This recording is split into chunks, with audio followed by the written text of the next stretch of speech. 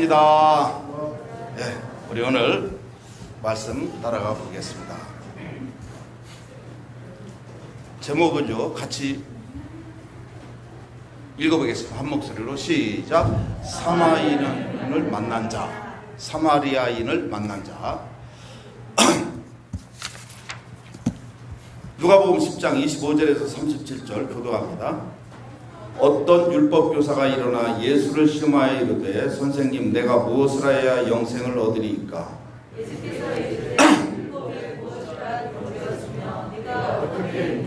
대답하여 이르되 내 마음을 다하며 목숨을 다하며 힘을 다하며 뜻을 다하여 주 너희 하나님을 사랑하고 또한 내 이웃을 내 자신같이 사랑하라 하였나이다.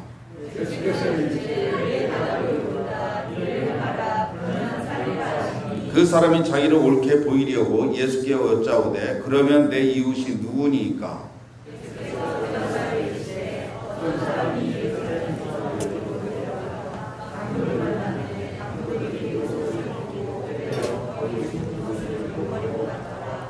마침 한 제사장이 그 길로 내려가다가 그를 보고 피하여 지나가고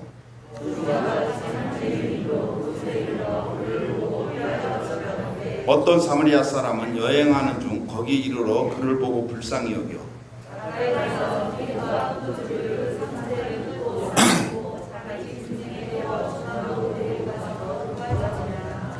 그 이튿날 그가 주막 주인에게 데나리온 둘을 내어주며 이르되 이 사람을 돌보아주라. 비용이 더 들면 내가 돌아올 때에 갚으리라 하였으니 이 세 사람 중에 누가 강도 만난 자의 이웃이 되느냐. 이르되 자비를 베푼 자니이다. 예수께서 이르시되 가서 너도 이와 같이 하라 하시니라. 아멘. 세상에서요 가장 아름다운 일이 무엇일까 한번 생각해 봐요. 이 세상에서 가장 아름다운 일,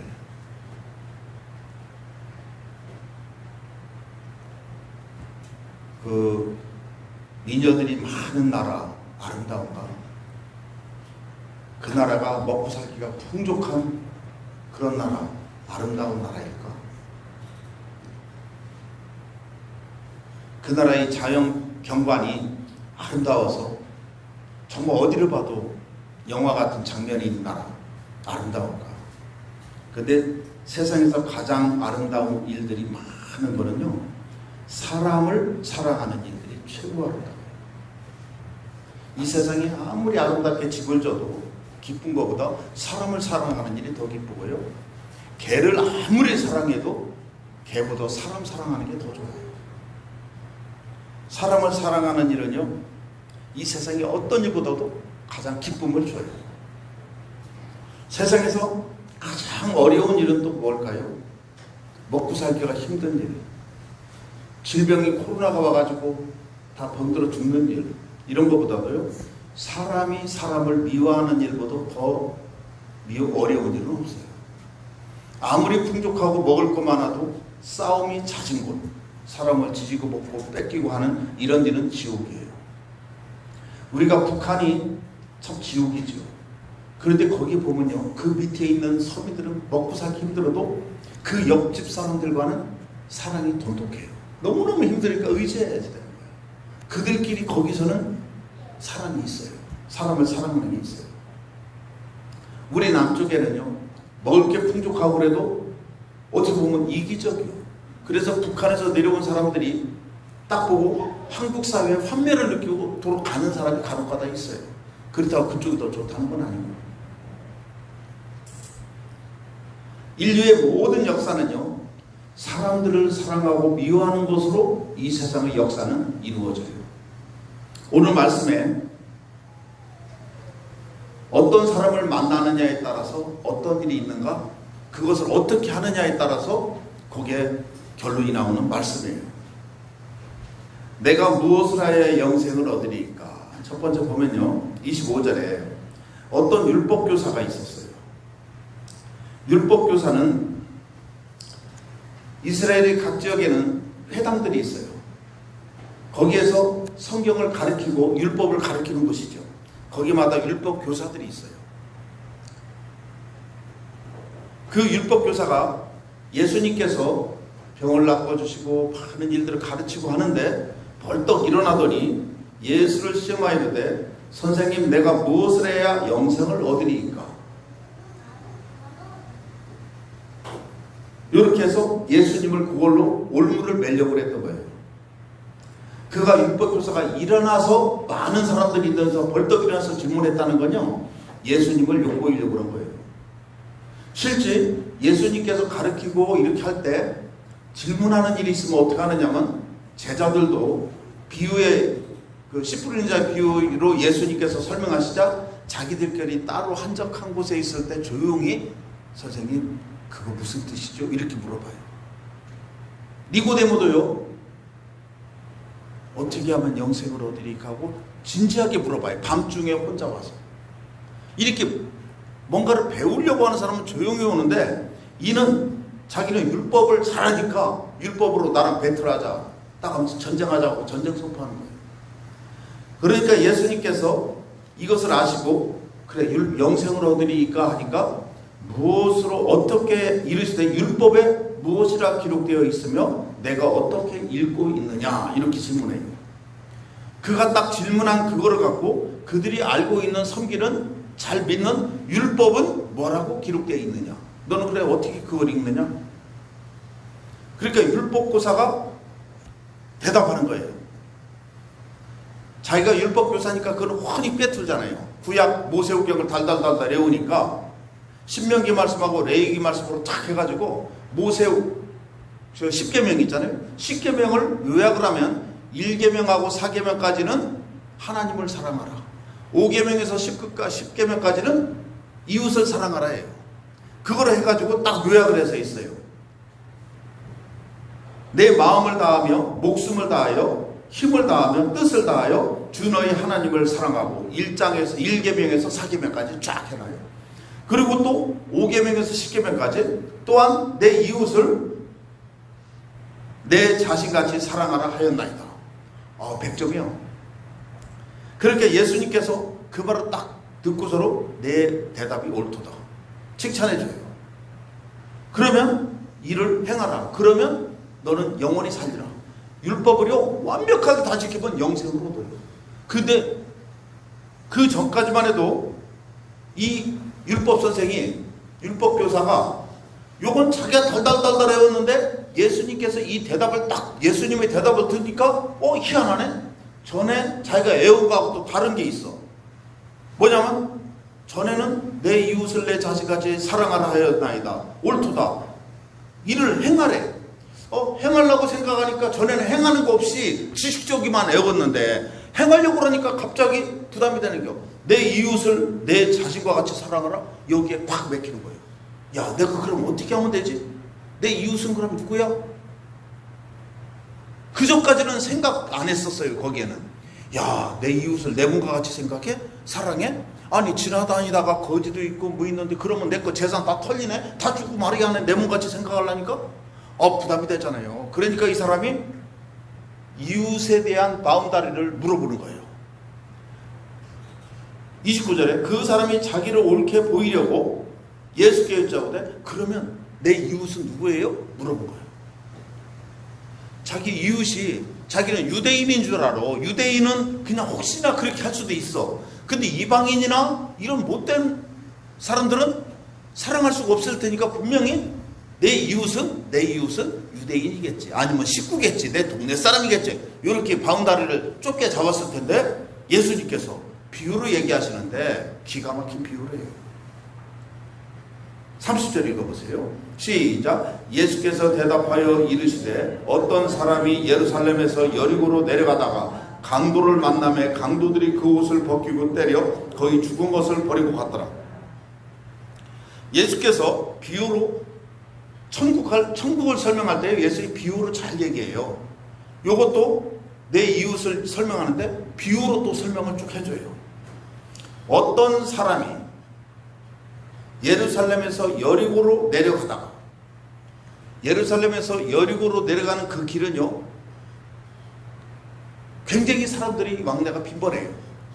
이 예루살렘에서 여리고로 내려가는 그 길은 어떤 길이냐면, 예루살렘은 우리나라 태백산맥과 같이 꼭대기에 있어요. 760m 높이 해발. 여리고는 바다부터 해면부터 더 낮아 260m 아래에 있어. 그렇게 1000m가 되는 길을 급격히 내려가는 거예요. 이게 기럭지가 쭉 꼬불꼬불 내려가니까 36km예요. 계속 내리빼기 길이요. 거기에는 돌도 많고 바위도 있고 물은 없어. 순전히 광야예요. 왜 그게 광야가 됐냐? 한번 사진 한번 봐요.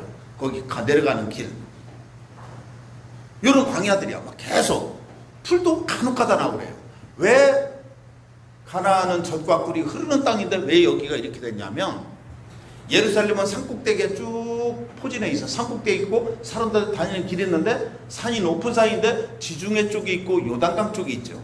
지중해 쪽으로는요, 지중해에서 불어오는 습기를 머무른 바람이 싹 올라오다가 예루살렘 산등성이에 걸려요, 구름이. 그러니까 예루살렘 서편 쪽만 비가 와요. 그러니까 이 동쪽으로 요단강 쪽으로 갈 때는 비는 다 뿌리고 거기는 빈 구름만 그냥 흘러가는 거예요. 그러니까 오른쪽에는 풀 한 폭이 안 나는 곳이에요. 그러니까 삭막해. 삭막한데 도둑들은 사이사이 굴 속에 숨어서 강도짓을 한단 말이에요. 그러니까 거기에 사람들이 지나갈 때에는 때를 여러 명이 뭉쳐서 지나가는 거예요. 위험하니까. 우리나라 박달재 같은 데 보면은요, 거기도 박달재가 있으면 이쪽에 주막이 있고 저쪽 주막이 있어요. 그래서 사람들이 뭉칠 때까지, 정족수가 될 때까지 딱 해서 올라가는 거예요. 여기도 여러 명이 뭉쳐서 여리고로 내려가는 거예요. 그런데 이 사람은, 어떤 사람은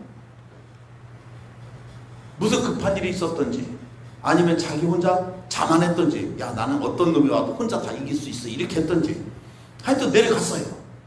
그러면서 강도를 만나면 강도가 그의 옷을 다 벗겨버리고 가진 거 다 뺏고 몸을 상하게 했어요. 왜 옷을 벗기냐면, 이 당시는 옷은, 요즘에는 옷 한 거 쳐다보지도 않죠. 그 당시는 옷값이 참 귀해요. 하나하나 이 실을 짜는데, 옷을 짜는데 배틀로 짜잖아요. 그러니까 옷 한 벌 만들려면 한 달이 걸리는 거예요. 요즘에야 기계로 하니까 드르륵 박아내면 되잖아요. 그러니까 이 도둑들은 그 옷을 뺏어가는 거예요. 그러니까 거기에서 상처 입고 쓰러져가지고 벌거벗겨가지고 누워있는 거야. 이렇게 돼 있는데, 그때 31절에 마침 한 대제사장이 그 길을 내려가고 있었어요. 그를 보고 피하여 지나갔어요. 그는 율법을 잘 알잖아요. 율법을 잘 아니까 율법 선생이 말한 것처럼 내 이웃을 내 몸과 같이 사랑하라, 이 말씀을 알잖아요. 그러니까 그는 저 사람을 내 몸과 같이 사랑해야지 해야 하는데 쓱 피해서 도망가요. 아무도 안 봤겠지? 두리두리 하면서 가는 거예요. 또 그 다음에 한 레위인도 그곳을 지나가다가 똑같이 피해서 도망갔어요. 제사장과 레위인은요, 예루살렘에서 여리고로 내려가는 길에서 있었기 때문에 그들은 제사를 지내는 사람들이죠. 성전에서 뭔가 섬기는 사람이에요. 그러니까 예루살렘에서 다 성전에서 끝내놓고 지금 내려가는지도 몰라요. 여리고가 집이라 그 내려가는 길을 몰라. 그래서 그들이 그 사람을 만져가지고 이렇게 했는데 죽었어. 죽으면 시체를 만진 것으로 해가지고 2주 동안 성전에 못 들어가요. 그래가지고 아이고 우리는 만지면 안 돼 이렇게 할 수도 있는데, 이미 제사는 끝난 거기 때문에 상관은 없기 때문에, 그런데도 그를 도와주질 않아요. 왜 도와주지 않냐? 내 거룩한 의복에 피가 묻을까 봐. 내가 그 사람을 등쳐업고 갈 때 내가 힘이 들잖아요. 돈이 들잖아요. 내가 타고 가는 낙이, 내가 타고 가야지 저 사람 어떻게 태울 수 있어. 이렇게 여러 가지 복잡한 생각, 그리고 또 시간도 허비되고, 그래서 그들은 슬쩍 피해서 가는 거예요. 율법의 말씀에 내 이웃을 내 몸과 같이 사랑하라는 말씀을 슬쩍 없애버리는 거예요. 그래서 그들은 아무도 안 보는 것처럼 해서 그들은 지나갔죠. 그러자 그들은요, 성경 말씀과 현실을 별개로 보는 거예요. 말씀은 말씀이고 율법은 율법이고 현실은 다른 거예요. 우리가 예수 그리스도를 믿고 구원받았으면서 우리에게 능력이 좀 안 나오는 사람들이 있어요. 믿음으로 항상 실족하는 사람이 있어요. 약한 사람. 누구냐면, 성경 말씀에 구하라 그리면 주실 것이오라든지, 나사렛 예수 이름으로 명하노니 막 하면서 귀신 쫓아내라 할 때 아니요, 이거는 성경은 성경이고 실제 자기가 당해보니까 아닌 거예요. 그러니까 성경은 성경이고 현실은 다르잖아. 내가 이렇게 해서 되겠어? 이러면서 안 하는 사람들 유약하게 신앙생활해요. 그러니까 이 바리새인과 그 레위인과 종교 지도자들 같잖아요. 제사장들. 이 사람들은 성경 말씀이고 적용을 못하는 거야. 우리가 신앙생활 잘하는 사람은요, 적용 잘하는 사람이에요. 이 말씀이 곧 나에게 해당되는 거라 이 말씀대로 그냥 그대로 해버리는 사람. 이 사람들이 신앙이 잘 커요. 근데 어떤 사람이 또 지나갔나요? 신앙 좋은 사람이 들어갔어. 누구냐? 사마리아 사람은 어떻게 했는가요? 33절 같이 읽습니다. 시작. 어떤 사마리아 사람은 여행하는 중 거기 이르러 그를 보고 불쌍히 여기고. 야, 어떤 사마리아인이 지나가다가 그를 보고 불쌍히 여겼어요. 이 사마리아인은요, 율법도 모르고 유대인들이 완전히 이방인 취급하는 것보다 더 더럽게 취하는 사람들이에요. 이 사마리아는요, 이 북이스라엘 쪽에 갈릴리하고 예루살렘 사이에 있는 곳인데 BC 522년도에 북이스라엘이 망할 때 아수르한테 망했어요. 아수르가 사마리아 지형을 자기네 속지로 삼으려고 거기에 있는 주민들을 다 빼가지고 그 아수르 지역으로 상계시키고 아수르 주민들을 여기다 집어넣어 버렸어요. 그래놓고 막 뒤죽박죽 섞어놨어. 그러니까 사마리아에 살던 이스라엘 사람들이 이방인들, 아수르인들과 막 결혼한 거잖아요. 결혼하다 보니까 혼혈족이 돼버렸어요.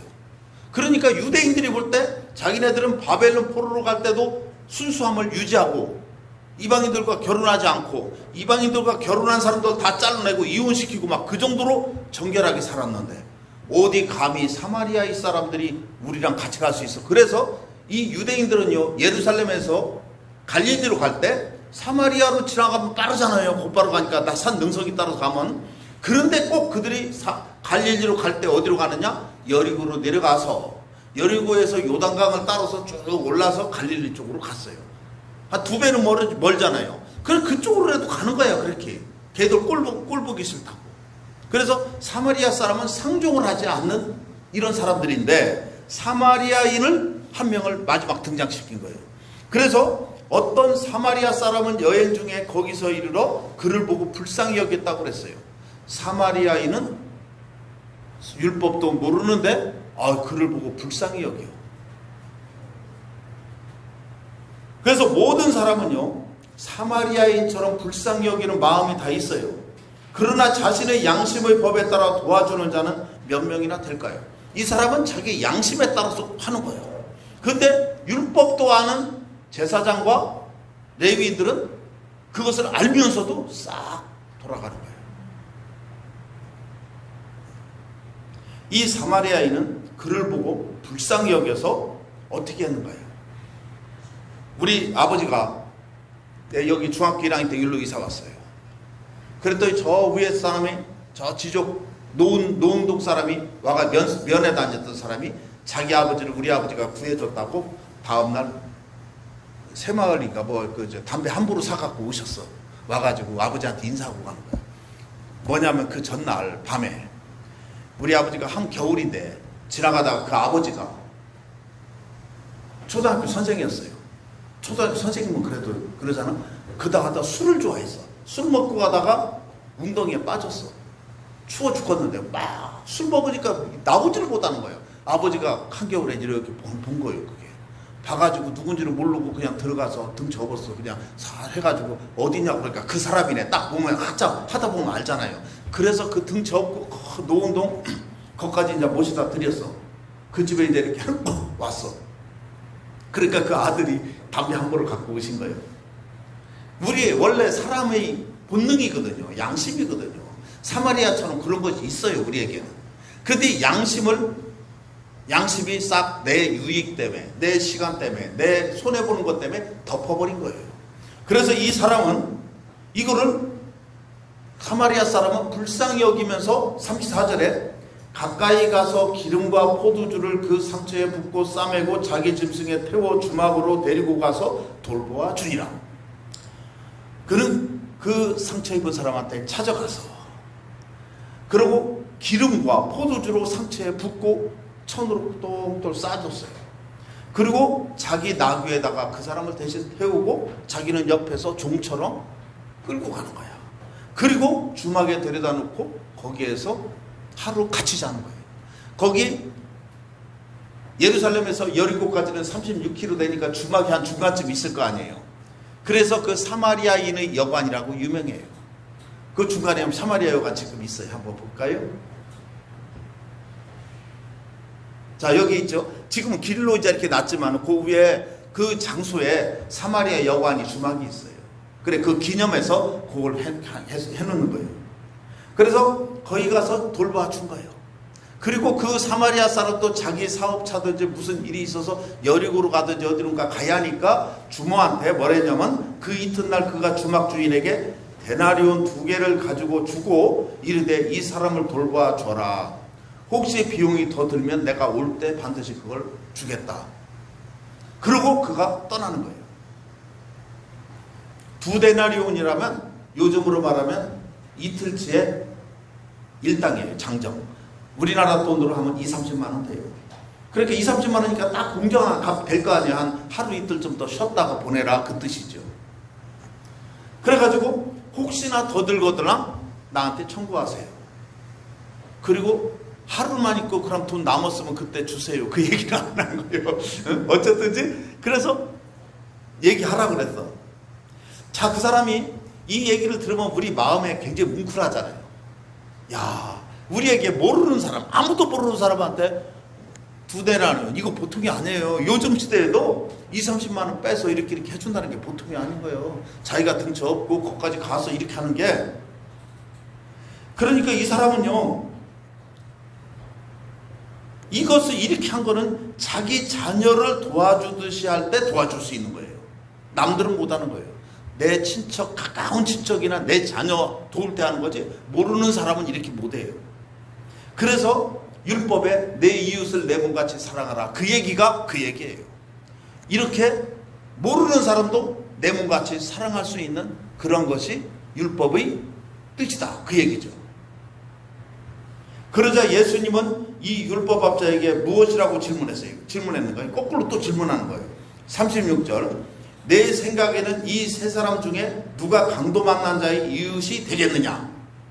야, 이 세 사람 중에 누가 되겠냐? 그러니까 이르되 자비를 베푼 자니이다. 이 강도, 율법 선생은 유대인이잖아요. 사마리아냐의 사자도 말하기 싫은 사람이에요. 유대인들은 사마리아는 쳐다보기도 싫은 사람인데 자기 말로 사마리아인입니다 말하는 게 쪽팔리는 거예요. 그래서 뭐라고 그랬어요? 자비를 베푼 자니이다 이렇게 말을 했어요. 아니면 어떻게 하면 그랬죠? 세 번째 사람입니다 이렇게도 말할 수 있겠죠. 그래서 사마리아인이라고 말하는 것도 부끄러워야 했는데 그 사람이 그렇게 한 거예요. 그러자 그는 예수님이 가서 너도 이와 같이 하라 이렇게 했어요. 아니, 사마리아인과 같이 하라고? 아니, 쳐다보기도 싫고 말하기도 싫은 그런 사람처럼 하라고? 거꾸로 된 거예요. 하나님을 믿는 백성이, 율법을 받은 백성이 사마리아인처럼 하라고? 완전 멘붕 온 거예요. 이게 뭐야 이게 도대체. 그래서 예수께서 이르시되 가서 너도 이와 같이 하라 하시니라. 사마리아인처럼 하래.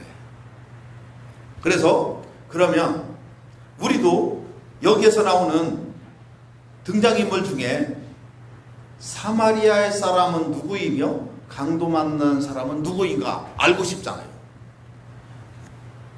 레위인가 제사장은 대략 알 것 같아. 이 사람이니까 우리가 이 율법 선생이라고 입장을 보는 거예요. 율법 선생 입장에서 레위인하고 제사장은 이해가 가잖아요. 그러면 사마리아인은 누구고 강도 만난 사람은 누구냐? 그래서 사마리아인은 누군가 먼저 봐요. 첫째로 사마리아인은 누구일까요? 우리가 에덴 동산에서 평화롭게 하나님과 잘 살던 우리들이었는데 강도인 사단이 우리를 거짓말로 속여서 우리 인생을 강도짓 했어요. 우리 다 약탈당했어요. 강도한테 다 뜯기고 죽는 거예요. 병들어 죽는 거예요. 하나님의 자녀로 이 세상을 행복하게 살아야 하는데 하나님께 죄를 지음으로써 하나님과 원수되게 되었고 사단의 종으로 살게 될 수밖에 없었어요. 원래 우리는 하나님이 창조하실 때 하나님이 창조하신 세상을 우리더러 다스리고 지키게 하라는 사명을 주셨죠. 그런데 아담과 하와가 마귀에게 넘어가서 세상이 오히려 두려움의 대상이 된 거예요. 세상을 다스리고 지켜야 하는데 세상이 더 무서워진 거예요. 세상이 나를 죽일 것 같고 태풍만 오면은 다 쓰러져 죽을 것 같고 가뭄이 오면 말려서 목말라 죽을 것 같고 그때부터 모든 인생은 다 강도 만난 자들이 된 거예요. 태어난 자녀들도 태어날 때부터 아버지가 마귀의 종으로 태어났기 때문에 자녀는 자동으로 마귀의 종이 되는 거예요. 어느 누구도 마귀에게서 자유로운 사람은 아무도 없죠. 우리를 강도짓한 마귀는 우리에게 가난과 질병과 각종 귀신에 들게 하여 우리를 파멸로 이끌었어요. 그리고 마지막 강력한 무기인 죽음으로 우리를 마지막 장전한 끝마집을 맞춰줘요. 그래서 모든 인류가 죽음에서 자유로운 자는 아무도 없었죠. 그런데 이런 고통당하면서 죽어가는 이 땅의 사람들을 보시고 불쌍히 여긴 분이 있어요. 그래서 불쌍히 여기셔서 하늘나라에 있었던 예수님이 하나님의 아들이 불쌍히 여기는 게 우리 인류를 보고 그래서 우리 인류의 사람의 모습으로 이 땅에 오신 거예요. 사마리아인의 모습으로 이 땅에 오셨다 이거예요. 그래서 그분은 마귀의 가장 강력한 무기인 죽음까지도 십자가에서 이기시고 부활하셨어요. 그리고 그분은 우리의 구원자가 되신 분이시죠. 그분은 마귀의 어떤 무기도 안 통하는 하나님이셨어요. 그분은 하나님의 아들이신데 우리의 육신의 모습으로 이 땅에 오셔서 이 세상의 영향, 즉 마귀가 지배하는 세상에서 마귀의 지배하는 세상을 이기신 분이 되셨어요. 그러나 그분은 하나님의 아들로 오셨으면서도 오늘 말씀에 나온 사마리아 사람처럼 유대인들에게 배척당한 사람이에요. 유대인들이 사마리아인을 배척했듯이 예수님도 유대인들에게 배척당하신 분이에요. 그분을 믿는 자들은 모든 어떤 죽을 병에 걸린 자든지 강도 만난 자든지 다 그분이 구원해 주시는 거예요. 예수님은 우리를 얼마나 사랑하셨는지 십자가에서 나 대신 죽어 주시기까지 하셨어요. 베드로전서 2장 24절에 친히 나무에 달려 그 몸으로 우리 죄를 담당하셨으니 예수님은 우리를 살리시기 위해서 친히 담당하셨어요. 친히 십자가에서 죽으셨어요. 억지로 죽으신 게 아니라 오늘 선한 사마리아인도 그는 불쌍히 여겼다고 그랬어요. 친히 가서 불쌍히 여겼다고 그랬어요. 이는 우리로 죄에 대하여 죽고 의에 대하여 살게 하려 하심이라 그가 채찍에 맞음으로 너희는 나음을 얻었나니. 우리 모두는 다 멸망으로 가는 죽음 직전의 인생들이었는데 우리의 인생 곁을 지나가시면서 저나 여러분을 보시고는 그냥 지나치지 않으시고 상처를 치료해주고 허기도 채워주셨고 그분이 타고 오신 나귀로 나를 태워서 주막으로 안내하셨어요. 그리고 다 나을 때까지 도와달라면서 주모에게 돈을 더 주고 다음에 올 때까지 혹시 더 비용이 든다면 그것도 계산해 주신다고 하면서 떠나신 분이에요. 예수님은 우리를 이렇게 사랑하셨어요. 마태복음 12장 20절에 상한 갈대를 꺾지 아니하며 꺼져가는 심지를 끄지 아니하시기를 심판에 이끌 때까지 하리니. 예수님께서는 우리를 상한 갈대라고 해서 짓밟지 않았어요. 확 그냥 죽이지 않아요.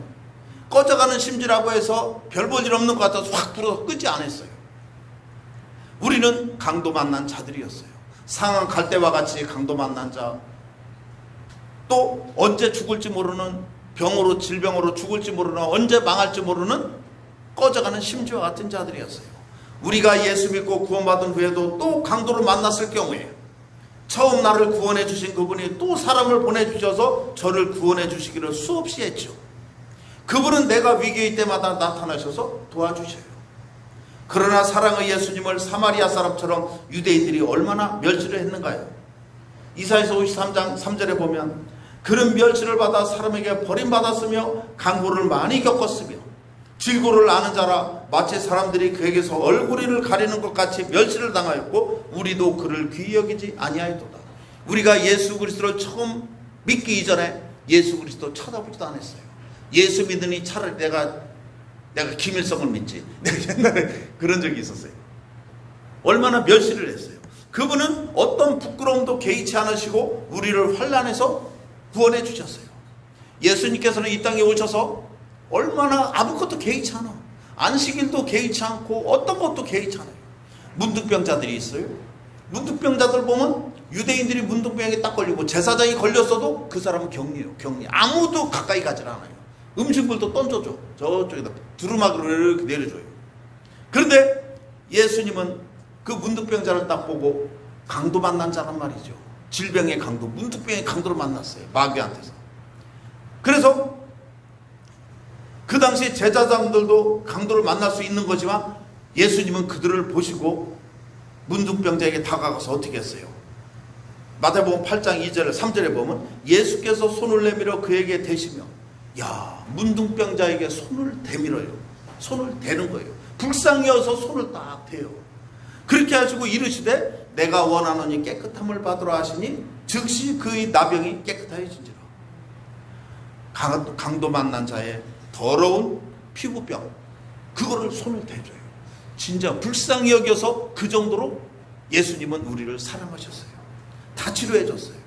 어디 유대인과 서기관들과 이런 사람들은 그 사람들을 어떻게 할 수 있었어요? 전혀 못하죠. 진짜 사마리아인은 예수님이셨어요. 그리고 안식일에도 중풍병자가 왔어요. 중풍병자가 딱 왔는데 예수님은 안식일에도 그를 낚아주는 거예요. 그래서 안식일에 그를 벌떡 일으켜 놓은. 그래서 사람들이 안식일날 왜 그러느냐? 아니다. 그러면서 예수님께서는 안식일날 병자들을 고치시면서 뭐라고 하냐면 양 한 마리가 있어 안식일에 구덩이에 빠졌으면 끌어내지 않겠느냐? 사람이 양보다 얼마나 더 귀하냐? 그러므로 안식일에 선을 행하는 것이 옳으니라 하시면서 그를 끌어내요. 그래서 예수님은 안식일에 그것을 행함으로써 이제는 그들에게 죽임을 당하려고 그들이 계획하는 걸 볼 수 있잖아요. 죽을 줄 알면서도 그를 살려내요. 진정한 이웃이죠. 진정한 내 몸과 같이 사랑하는 거죠. 그래서 예수님께서는 또 거라사 지방에도 가봐요. 거라사의 군대 귀신이 그 한 사람을 완전히 그 거라사 지방에 사는 사람을 인생을 완전히 송두리째 강도짓을 했어요. 그 사람은요, 절대로 너무너무 다 막 찢어지고 갈라져서 동네에서 살지를 못하고 무덤가에서 사는 사람이었어요. 근데 예수님께서는 그에게 와가지고 그 사람한테 왔죠. 그리고 그를 귀신을 쫓아내줘요. 그러니까 돼지 2만 마리가 바다에 빠지죠. 동네 사람들은 예수님을 쫓아내요. 왜냐? 자기들은 그 사람보다도 돼지가 더 귀한 거예요. 참된 그 사람과 함께 살면서도 이웃이 아니에요. 먼데서 온 예수님이 이웃인 거예요. 참된 이웃은 예수 그리스도잖아요. 예수님은요, 우리 모든 인류의 참 이웃이요 구원자이셔요. 그분은 우리를 환난 가운데서 구원해 주신 예수 그리스도이시죠. 선한 사마리아, 그분이 예수 그리스도이셔요. 그러면 둘째로, 그럼 강도 만난 자는 누구일까요? 우리도 강도를 만난 상태에서 사마리아 사람의 모습을 하신 예수님을 만난 자들이에요. 나를 구원하러 인도하신 사람들이 있죠. 우리를 예수 믿게 한데 인도해 준 사람이 있죠. 우리 대한민국을 처음으로 예수를 믿게 한 사람이 페닉스 선교사, 언더우드, 아펜젤로, 이들이 선한 사마리아 사람의 모습으로 한국에 왔어요. 그래서 죽음을 무릅쓰고 이 땅의 사람들에게 복음을 증거했어요. 그래서 우리가 이렇게 된 거예요. 그들도 예수 믿고 구원받아서 주변에서 무신당하는 자들인데 예수님을 영접한 자가 환난당한 나에게 다가와서 구원으로 인도하신 거예요. 그분은 아무것도 바라지 않고 그저 사랑해 주었고 기도해 주신 분들이죠. 나를 전도한 사람은요, 무슨 대가를 원하고 한 게 아니에요. 그냥 나를 불쌍히 여겨서 나를 위해서 기도하고 교회 가자고 하고 나의 모든 약함을 대신 짊어져주고 옆에서 보조해 주었어요. 그분이 바로 우리를 주님께로 인도하신 전도자들이죠. 이제는 우리도 사마리아인처럼 예수님의 사랑을 담아가지고 환난당한 자들에게 나가는 자들이 되어야 합니다. 제사장과 레위인이 지나친 것은 우리가 환난을 당하였을 때 율법으로는 구원받을 길이 없음을 말해주기도 합니다. 율법으로는 구원을 못 받는다는 얘기를 말해주는 거예요. 우리를 구원해 주실 분은 바로 사랑을 가지고 예수님의 이름으로 다가오는 전도자들만이 환난에 처해 있는 자들을 구원해 줄 수 있는 것입니다. 그의 형제나 자매, 부모들도 더 이상 도울 수 없는 한계에 이르릅니다. 우리가 다 예루살렘에서 여리고의 길을 걸어가는 나그네 인생과 같아요. 예루살렘에서 여리고까지 가는 나그네 인생이에요. 강도 만난 그 사람은 나그네 인생길에 여러 명이 모여서 가야 하는데도 혼자 길을 가다가 강도를 만나서 죽게 된 거예요. 우리가 예수 믿고 구원받은 후에도 살다 보면 내가 급하게 내 안에 계신 성령의 뜻을 묻지 않고 내 생각으로 혼자 결정하고 일을 하다가 큰 위험에 빠질 때가 많이 있죠. 나 이거 자신해, 내가 잘하는 거야 하다가 위험에 빠질 때가 있어요. 강도당할 때가 있어요. 그럴 때 우리는 회개하고 주님을 찾을 때 하나님은 또 사마리아인과 같은 사람들을 보내주시고 나를 그때 도와주셔요. 내가 위험에 처해 있을 때 주님을 부르는 순간 주님은 언제 나타나셨는지 내 주변 사람들을 쓰셔서 사마리아 사람과 같은 자를 그때 보내주셔서 나를 도와주시고는 하셨죠. 내가 너를 얼마나 도와주었는데 아직도 하지 말라는 짓을 또 계속하느냐 하시면서 나를 내치지 않으시고 끝까지 구원해 주셔요. 계속해서 회개하면 또 구원해 주시고 구원해 주셔요. 그런데 희한하게 하나님이 보내주신 사마리아 사람의 특징이 있어요. 이 세상에서 도와주는 사람과 사마리아 사람과 같이 보내주신 사람의 특징 차이는요, 이 세상 사람들이 나를 온 거는요 대가를 원하고 보내요. 대가를 원하고 찾아와요. 근데 하나님이 보내주신 사마리아 사람은요 대가를 바라지 않고 짜증도 내지 않고 기쁜 마음으로 나를 도와주는 걸 볼 수 있어요. 마치 자신의 일처럼 나를 잘 도와주셨죠. 강도 만난 사람도 사마리아인이 대가를 바라고 한 거 아니고 그냥 모든 수발을 그냥 들어주시는 거예요. 여러분들도 그러한 사람들이 도움으로 여기까지 좀 오신 거예요. 저는 그동안에 성경을 쭉 읽으면서 성경을 읽으면 읽을수록 항상 내 마음에 걸리는 부분이 있어요. 열문둥이 이야기 읽을 때마다 걸려요. 예수님께서 야 9문둥이를 어디 갔냐, 한 명만 나한테 고맙다고 인사하고 10명은 왜 안 오냐 할 때마다 내 마음이 찔리는 거예요. 나를 도와주신 분들이 많은데 내가 그분들한테 고맙다고 얘기 안 했네. 아까 말했던 우리 아버지가 그 했을 때 그 아들은 다음날 담배 한 부로 사갖고 왔는데 나는 그것도 안 한 적도 많이 있는데 내 마음에 계속 찔려. 10년, 20년, 30년 전 사건들이 쭉 떠올라. 읽을 때마다 괴로웠어요.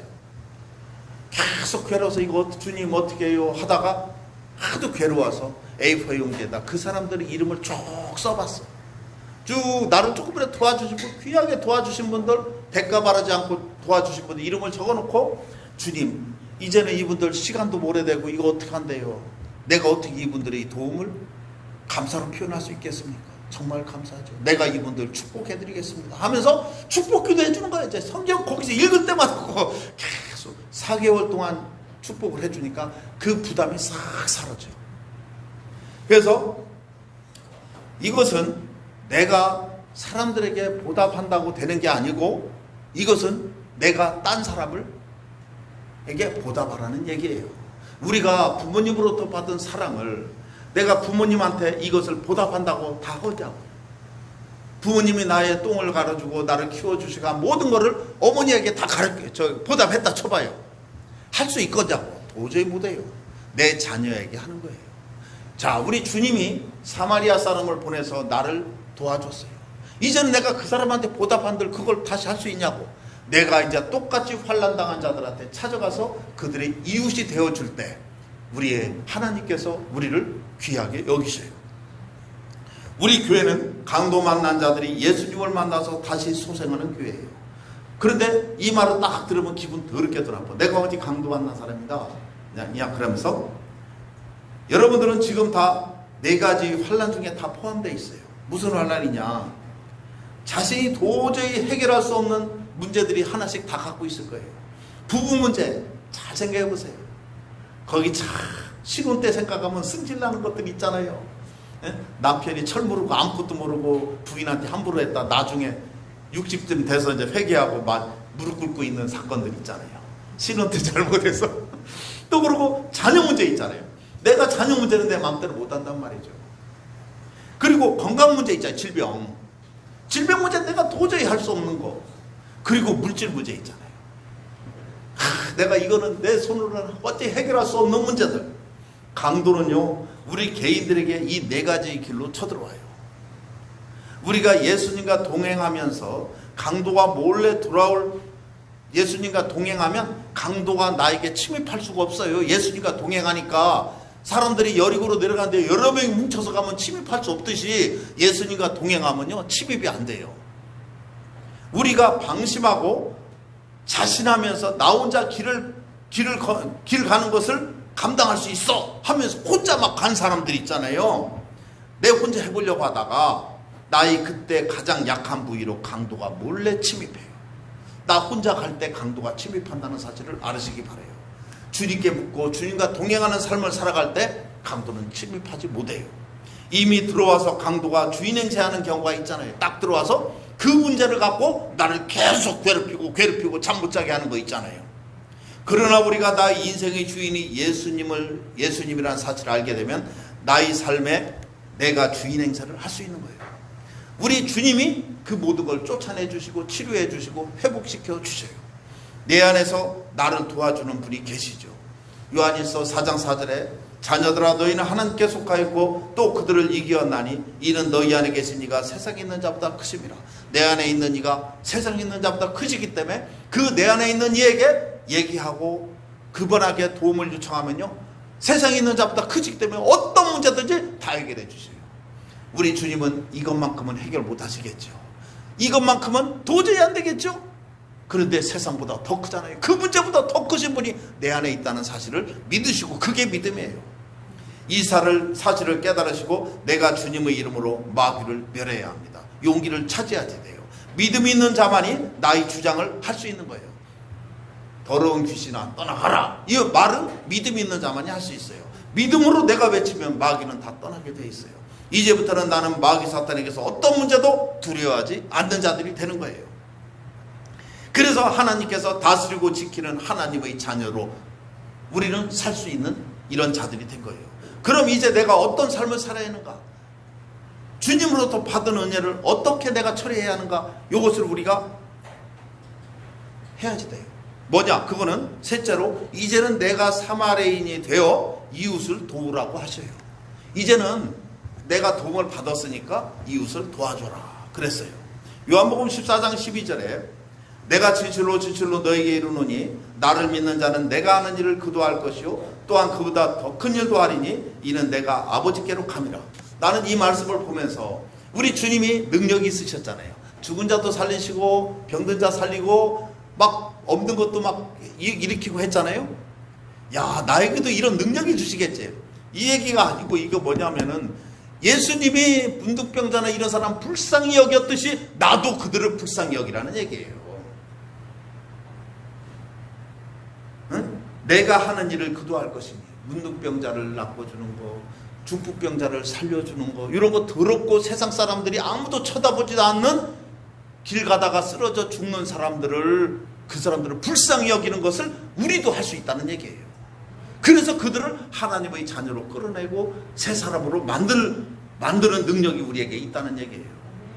그래서 요한일서 4장 17절에서 이로써 사랑이 우리에게 온전히 이루어진 것은 우리로 심판날의 담대함을 가지게 하려 함이니, 사랑이 온전히 내 안에서 꽉 이루어진 것은 심판날의 담대함을 가지게 하려 함이니, 내가 이웃사랑을 많이 하면 할수록 심판날, 주님 재림하시는 그날 하나님 앞에서 떳떳하다는 얘기예요. 그래서 그들을, 환난당한 자들을 주님께로 인도하고 구원받았을 때 우리 주님 앞에 얼마나 자랑스러워요. 그런 사람이 되는 거예요. 그래서 주께서 그러하신과 같이 예수님이 이 땅에 오셔서 그 일을 하셨잖아요. 환난당한 자들을 고쳐주시고 세워주셨잖아요. 우리도 이 세상에서 그러하니라. 우리도 예수님처럼 이 땅에서 그런 환난당한 자들, 이런 사람들을 끌어내는 역할을 하라는 얘기예요. 주님 오시는 그날에도, 그래서 이제는 적극적으로 죽어가는 사람들을 위해 착한 일을 행하는 자들이 되어야 하는데, 요한복음 20장 21절에 같이 읽습니다. 시작. 예수께서 또 이르시되 너희에게 평강이 있을지어다. 아버지께서 나를 보내신 것 같이 나도 너희를 보내노라. 아버지께서 이 땅에 예수 그리스도를 보내셨죠. 사마리아인으로 이 땅에 보내셨어요. 예수님이 이제는 우리를 또 보내셨어요. 우리를 이 시대에 선한 사마리아의 역할을 하라는 얘기예요. 누구한테 가느냐? 환난당한 자, 괴로운 자, 슬퍼하는 자들에게 찾아가서 좋은 이웃이 되라는 얘기예요. 우리가 그냥 가만히 있으면 안 됩니다. 내가 받은 은혜를 적극적으로 남에게 사랑을 표하는 자들이 되어야 합니다. 내 주변 사람들에게 내가 도와줄 사람은 누구인가? 나를 기다리는 사람은 누구인가? 가만히 기도해 보면서 그들을 위해서 기도하며 돕는 자들이 되길 기도해요. 주변 사람들에게 영적인 귀를 쫑긋해 보시기 바랍니다. 하나님은 여러분들을 사마리아인으로 만드시고 환난당한 사람들을 도울 수 있는 능력을 덧입혀 주셔요. 그런 사람을 도울 수 있는 물질도 주시고 치유의 능력도 주셔요. 우리는 기도할 때요, 주님 내가 물질이 있어야지 도와요, 치유의 능력이 있어야 하잖아요. 거꾸로 해요. 거꾸로. 주님 내가 저를 살려주세요 하면서 눈물로 맨날 울면서 불면서 그 사람을 위해서 기도할 때 그 능력이 쑥 나와요. 내가 모를 때. 엄마들이요, 애들을 키울 때도 살릴 때 엄마가 자녀를 하는 거 미리 다 하고 젖 나오는 거 어떻게 하는가 이런 걸 미리 다 하는 게 아니고 젖도 안 나오는데 어떻게 나지? 낳다 보면 젖도 나오고 다 해요. 그래서 사랑할 때 모든 것이 되는 거예요. 그래서 귀신 쫓는 능력도요, 그 사람을 불쌍히 여기고 맨날 애걸 먹고 할 때 귀신이 쑥 나간다니까. 사랑하는 마음에 예수님의 능력이 내 안에서 있어요. 이것이 먼저가 아닙니다. 내가 먼저 병든 자, 귀신 들린 자, 환난을 당한 자에게 예수님의 마음으로 다가가서 불쌍히 여길 때 주님은 나에게 그런 능력을 주세요. 마지막 말씀 한번 읽고 예배를 마칩니다. 고린도후서 9장 8절 시작. 하나님이 능히 모든 은혜를 너희에게 넘치게 하시나니 이는 너희로 모든 일에 항상 모든 것이 넉넉하여 모든 착한 일을 넘치게 하려 하심이라. 아멘. 우리 성도님들에게 불쌍히 여기는 마음이 넘쳐서 모든 것이 선한 일하게 부족함이 없는 풍족함이 넘치는 주의 종들이 되기를 기도합니다. 이 말씀을 갖고 통성으로 기도합니다. 시작. 주여 주님 감사합니다. 오늘도 하나님 아버지 주님 말씀 주시니 감사합니다. 이 말씀을 내 심령을 하나님 주시니 감사합니다. 주님 오늘도 하나님 아버지 귀한 말씀을 나누게 해주시고 하나님께 영광을 올리게 하시니 감사합니다. 오늘도 함께 해주시옵소서. 우리가 하나님 아버지 우리 옆에 있는 사람들을 불쌍히 여기는 주의 종들이 되게 하여 주시옵소서. 주님 하나님 아버지 내가 어떻게 해야 할지 그를 불쌍히 여기고 그를 위해서 기도하며 눈물을 흘려 기도할 때 하나님 우리에게 우리 모든 능력을 주시고 주님 우리가 선한 사마리아인이 되게 인도해 주시고 사람을 사랑하는 자들이 되기를 기도합니다.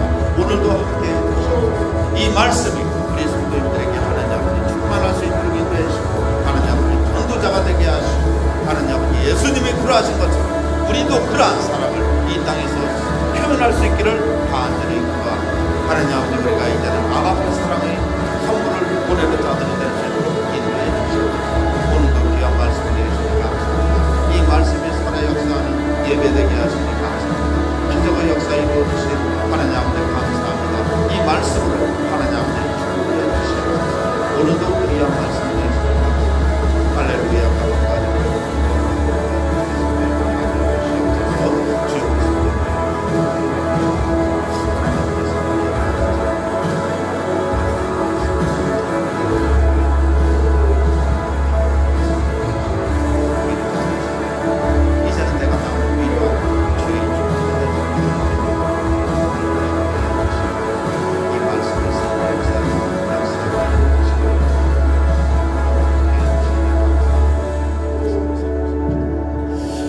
주님 감사합니다. 오늘도 이렇게 하나님 아버지 귀한 말씀 주심을 감사합니다.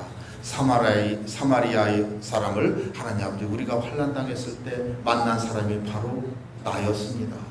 주님 이제는 하나님 아버지 그 은혜를 받았으니 남들에게 이것을 사랑을 전해주는 주의 종들이 되게 하시고 불쌍하고 환난당한 자, 질병 걸린 자들을 위해서 애통해하며 기도하는 진짜 참 이웃이 될 수 있기를 기도합니다.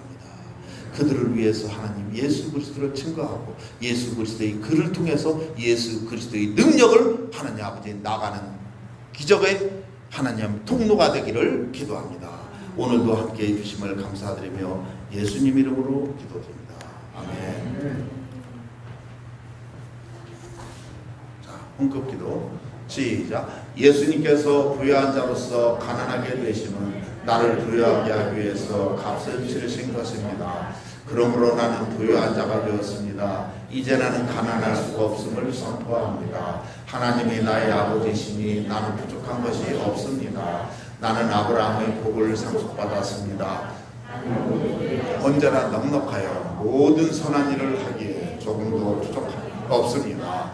이러한 삶을 주신 아버지께 나의 모든 수입의 11조와 헌금을 드립니다. 내게 주시는 은혜와 풍성한 공급에 감사하며 기쁨과 믿음으로 드립니다. 심는 사람에게 씨앗을 공급하시고 나의 양식을 공급하시는 하나님께서 풍성한 수확을 거둘 수 있게 하고 의의 열매를 증가시킬 것을 믿습니다. 나는 주는 사람이 되었으므로 하나님께서 환경과 사람들을 통하여 후이 되어 꼭꼭 누르고 자른으로 넘치게 하여 제게 안겨줄 것을 믿습니다. 말씀에 약속하신 대로 제게 주시는 은총과 번영에 감사드립니다. 저의 모든 필요의 공급자가 되시며 제 생명과 삶과 재물의 주인 되신 예수 그리스도의 이름으로 기도합니다. 아멘. 광고 봅니다.